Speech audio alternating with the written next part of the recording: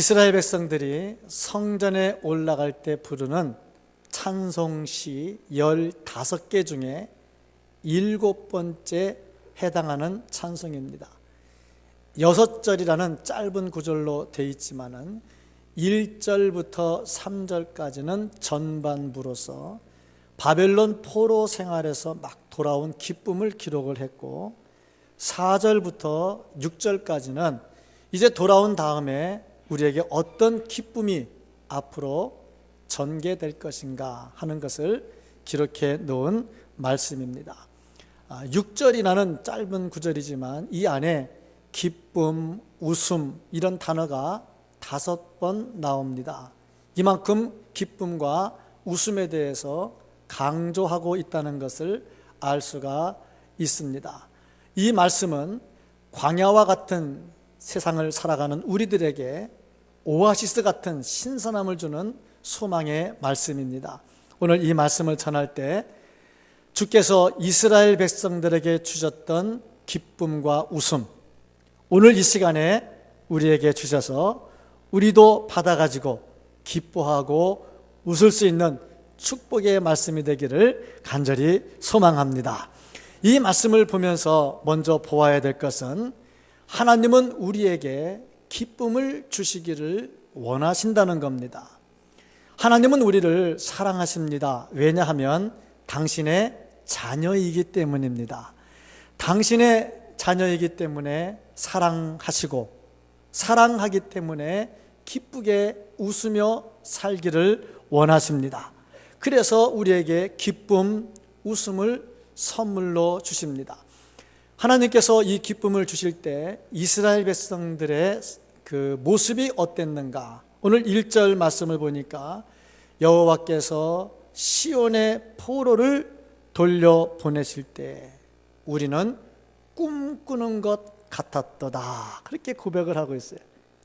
얼마나 기뻤는지 꿈꾸는 것 같았다. 이 말은 그냥 감질나게 기쁘게 하고 그냥 감질나게 웃게 하는 게 아니라 너무너무 좋아가지고 이게 꿈이냐 생시냐 아무리 봐도 꿈 같지는 않고 진짜 같은데 어떻게 이런 일이 일어날 수 있을까? 그런 감격, 이것을 시편 기자는 꿈과 같았도다, 그렇게 말씀을 하고 있습니다. 하나님께서 우리에게 기쁨을 주실 때 어떤 기쁨을 주시느냐? 꿈꾸는 것 같은, 우리가 생각하지도 못하고 기대하지도 않았던 놀라운 것을 주시는 줄로 믿습니다. 그러면 이렇게 고백을 했던 시편 기자, 왜 이렇게 고백을 했을까? 이스라엘 백성들이 나라를 빼앗겨서 바벨론의 포로로 잡혀갔습니다. 자그만치 70년을 살았습니다. 사람이 70년이 지나면 될까? 의심이 생기기 시작을 하죠. 지금까지 안 됐는데 될까? 그러니까 자기들이 고향으로 돌아가기를 원했지만 그게 과연 70년 동안 안 됐는데 될까 하는 마음으로 굉장히 마음을 조아리고 있었어요. 근데 갑자기 어느 날, 자, 너희들 이제 고향으로 돌아가도 좋다 하는 포고령이 내려집니다. 이유가 뭐냐면 이스라엘 백성들을 잡아간 나라는 바벨론인데 그 바벨론이 페르시아하고 전쟁을 해서 졌습니다. 그래서 페르시아의 왕 고레스가 이스라엘 백성들에게, 자, 이제 바벨론도 망했으니, 너희들을 잡아온 사람들 다 망했으니 너희들 이제 고향으로 돌아가도 좋다, 그렇게 말을 한 거예요. 이게 계획대로 된 게 아니고요, 어느 날 갑자기 생각지도 않았을 때에 이러한 역사가 일어난 거예요. 하나님께서 우리에게 기쁨을 주실 때 계산된 대로 주는 게 아니라 생각지도 않았을 때에 꿈꾸는 것 같이 기가 차게 나타나게 되는 줄로 믿습니다. 자, 이 일이 이루어졌는데 1차적으로 누구에 의해서 이루어졌느냐? 파사의 왕 페르시아의 왕 고레스에 의해서 이루어졌어요. 근데 성경은 뭐라고 말했느냐? 하나님께서 이루셨다고 말씀하고 있어요. 왜냐하면 그 왕을 세우고 그 왕이 바벨론을 점령하게 하신 분이 누구냐? 하나님이신 거죠. 그러니까 우리에게 기쁨을 주시고 우리에게 웃음을 주시는 분이 누구시냐? 바로 하나님이라 이 말입니다. 자, 그러면 하나님께서 이렇게 기쁨과 웃음을 줄 때 그 모양이 어땠는가? 내 입에는 웃음이 가득 차고 그랬어요. 하나님께서 우리에게 기쁨을 주실 때에 우리의 입에 웃음이 가득하게 채워주신다 하는 것입니다. 하나님께서 이스라엘 백성들을 바벨론에서 포로에서 돌이켜 주실 때는 한 번의 사건, 일회적 사건입니다. 그런데 그 일회적 사건이 계속해서 그들에게는 기쁨으로 다가왔어요. 하나님께서 우리에게 한 번만 기쁨을 주시면 그 기쁨이 평생 가는 줄로 믿습니다. 그러니까 그 입에 웃음이 가득하게 되는 거죠. 두 번째로 보니까 혀에 찬양이 가득하게 하셨다 그랬습니다. 만족함으로 꽉 채워지니까 기쁨이 넘치고 웃음이 넘치는데 그 입에서 찬양이 나오는데 그 찬양이 넘쳤다는 말을 원문으로 해석해 보니까 큰 함성으로 외쳤다 하는 거예요. 지금 여기서 말하고 있는 혀에 찬양을 가득하게 하셨다 하는 말이 바로 그런 말인 거예요. 하나님께서 우리에게 기쁨을 주실 때 우리의 혀에서 끊이지 않는 외치는 함성이 울려 퍼지게 됩니다. 이런 기쁨을 우리에게 주셨다 이 말씀이에요. 뿐만 아니라 말씀하기를 문 나라로부터 굉장히 부러움을 사도록 해주었다 이렇게 말씀을 하고 있어요. 다른 나라 사람들이 볼 때 이스라엘이 부러운 거예요. 야, 니네가 믿는 하나님은 도대체 어떤 하나님이길래 이렇게까지 해주느냐, 참 대단하다 막 부러워한다는 거죠. 하나님께서 우리에게 기쁨을 주시고 하나님께서 우리에게 웃음을 주실 때는 믿지 않는 사람들도 부러워할 만큼 배가 아플 만큼 채워주실 줄로 믿습니다. 이게 하나님께서 우리에게 주시는 기쁨이에요. 그러면 이 기쁨과 웃음이 언제 만들어지느냐? 이스라엘 백성들이 바벨론 포로 생활에서 많은 고난을 당했습니다. 그 고난을 당할 때 하나님은 무엇을 하셨느냐? 이스라엘이 가지게 될 기쁨을 만들고 계셨어요. 여름에 먹구름 꽉 끼고 천둥번개 내리치고 막 소낙비 내려올 때 컴컴하지요. 아무리 그래도요, 그 먹구름 위로 올라가면요 태양은 여전히 빛나고 있습니다. 우리가 이 땅에서 고난을 당할 때, 이 광야 생활을 지나가면서 고난을 당할 때 하나님은 뭐 하고 계시느냐? 그 구름 뒤에서 우리가 앞으로 가지고 누리게 될 기쁨을 만들어 놓고 계십니다. 그래서 고난은 감추어진 축복이라는 말이 나오게 된 거예요.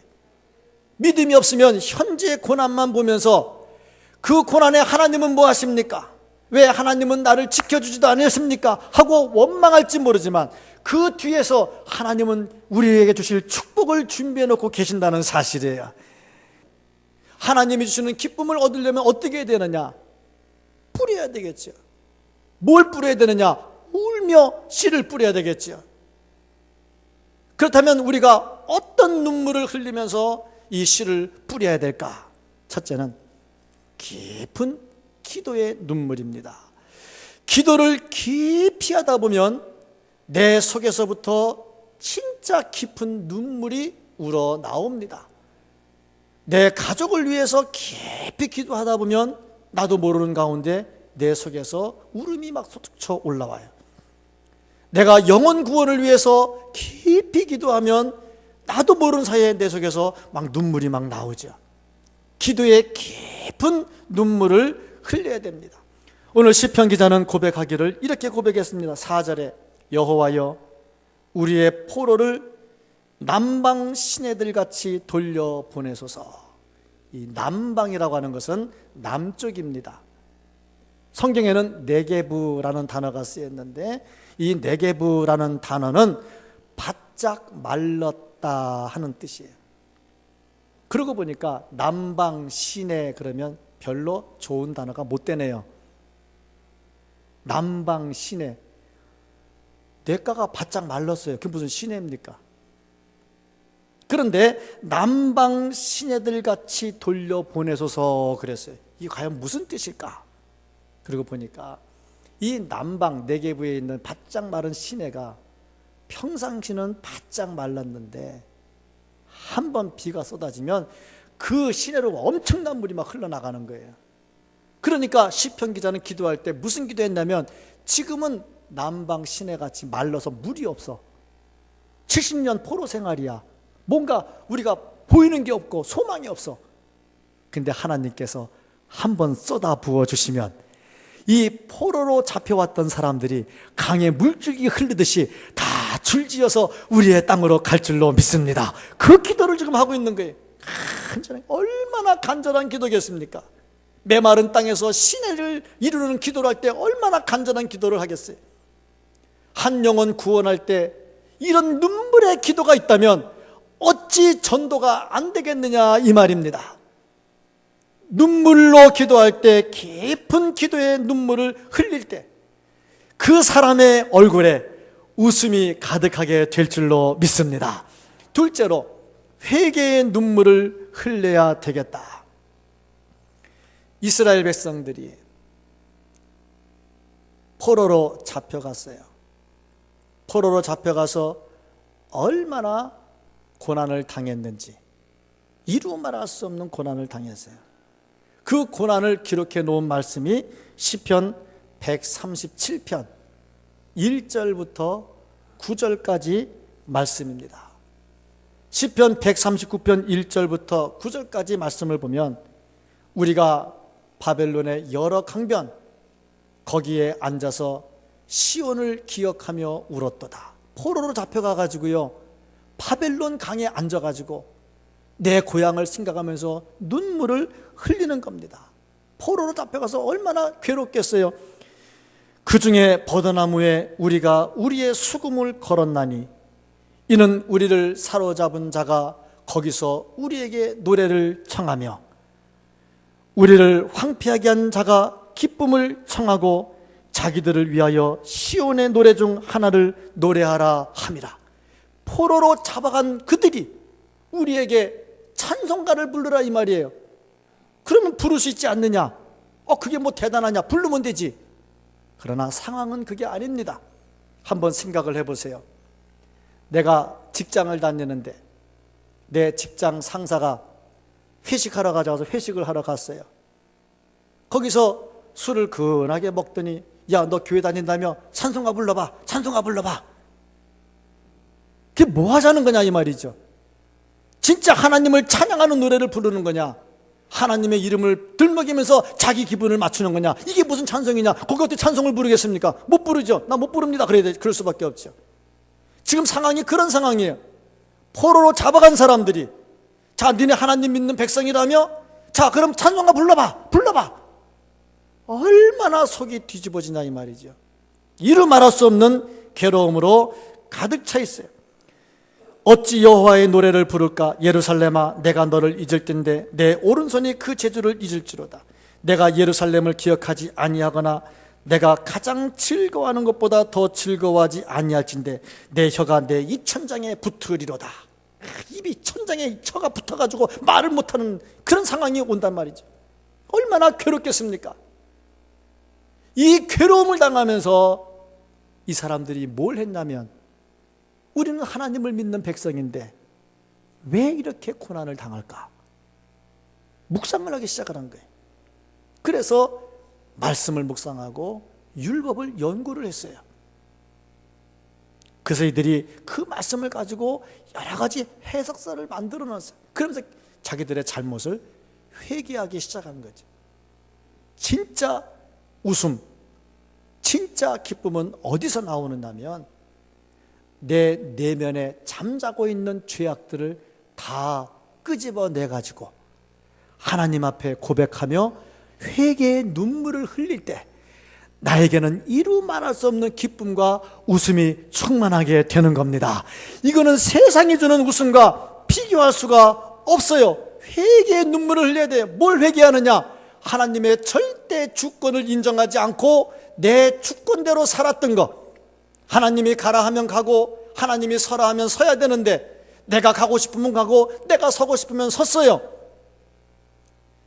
입으로는 겸손을 부르짖고 겸손해야 된다고 하면서 속으로는 인정받는 마음으로 가득 차 있어요.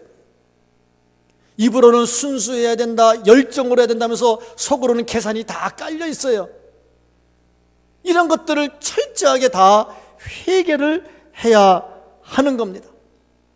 주께서 안식일을 거룩하게 지키라고 했는데 내 일만 있으면 안식일이고 뭐고 없고 다 팽개쳐버리고 다녔어요. 회개해야지요. 주께서 11조를 말씀하셨는데 내가 돈에 욕심이 나가지고 11조는 남의 것이 돼버렸고 쓰고 싶은 대로 다 쓰고 살았어요. 그러니까 꼬이죠. 꼬이는 것을 그냥 해결해달라고 해결이 되겠습니까? 항상 꼬일 때는 꼬인 데서부터 풀어야 되는 겁니다. 꼬였을 때는 꼬인 데서부터 풀어야 돼요. 꼬인 거 놔두고 자꾸 다른 거 달라면 안 된다 이 말입니다. 이스라엘 백성들이 포로로 잡혀가서 간절하게 회개를 했어요. 회개하는 순간은 어떤 순간이냐? 주님과 동행하는 순간입니다. 주님과 동행할 때 드디어 기쁨이 오기 시작을 하는 겁니다. 삭개오를 보세요. 돈 때문에 인생이 꼬였어요. 다 내 거 만들었어요. 인생이 꼬였어요. 예수님 만났어요. 그 꼬인 거 풀었어요. 거기에서 기쁨이 찾아왔습니다. 예수 그리스도를 만나면서 문제가 해결이 돼요. 사도행전 16장 31절 이르되 주 예수를 믿으라 그리하면 너와 내 집이 구원을 얻으리라. 사도 바울이 간수에게 한 말입니다. 이어서 사도행전 16장 33절 34절 보면 그 밤 그 시각에 간수가 그들을 데려다가 그 맞은 자리를 씻어주고 자기와 그 온 가족이 다 세례를 받은 후 그들을 데리고 자기 집에 올라가서 음식을 차려주고 그와 온 집안이 하나님을 믿음으로 크게 기뻐하니라. 주 예수가 들어오니까 인생이 바뀌어지고 큰 기쁨이 나옵니다. 주님이 들어오는 시간이 어떤 시간이냐? 내 죄를 다 회개하는 시간입니다. 회개해야 주님이 주시는 기쁨이 충만하게 되는 것입니다. 그렇습니다. 내가 회개의 눈물을 흘리지 않으면 내 인생이 해결이 안 됩니다. 꼬인 분 계십니까? 아직 해결이 안 되신 분 계십니까? 내가 뭘 잘못했는지 찾아야 됩니다. 내 속에 잠자고 있는 죄를 끄집어내서 하나님 앞에 고백해야 됩니다. 그러면 주님이 주시는 기쁨이 충만하게 될 줄로 믿습니다. 그 다음에 세 번째 비결이 뭐냐면 수고의 눈물, 헌신의 눈물입니다. 울며 씨를 뿌린다 그랬는데 울며 씨를 뿌리는 작업은 단순 작업입니다. 똑같은 행동이 계속이 돼요. 씨를 뿌릴 때 계속 똑같은 행동입니다. 뭐 심을 때도 못 심을 때도 마찬가지죠. 앉아가지고 계속 똑같은 행동을 계속해요. 단순 노동이면서 반복 노동입니다. 이거 힘든 겁니다. 이거는 울며 씨를 뿌리는 것, 똑같은 일을 반복하다 보니까 너무너무 힘들어요. 힘들어도 뿌려야 된다 이 말이에요. 기쁨으로 거둬들이려면 헌신과 수고가 있어야지, 헌신과 수고가 없이는 기쁨이 올 수가 없어요. 많은 사람들이 행복과 행운을 착각을 해요. 행운은 그냥 굴러 들어오는 것이고 행복은 만들어가는 겁니다. 그런데 행운이 좋다고 생각할지 모르지만 행운 때문에 인생 망친 사람 많습니다. 로또 당첨돼가지고 인생 망친 사람 한두 사람이 아니거든요. 행운은 인생을 배려해버려요. 그러나 행복은 수고하고 노력해서 얻은 것이기 때문에 결코 무너지지 않습니다.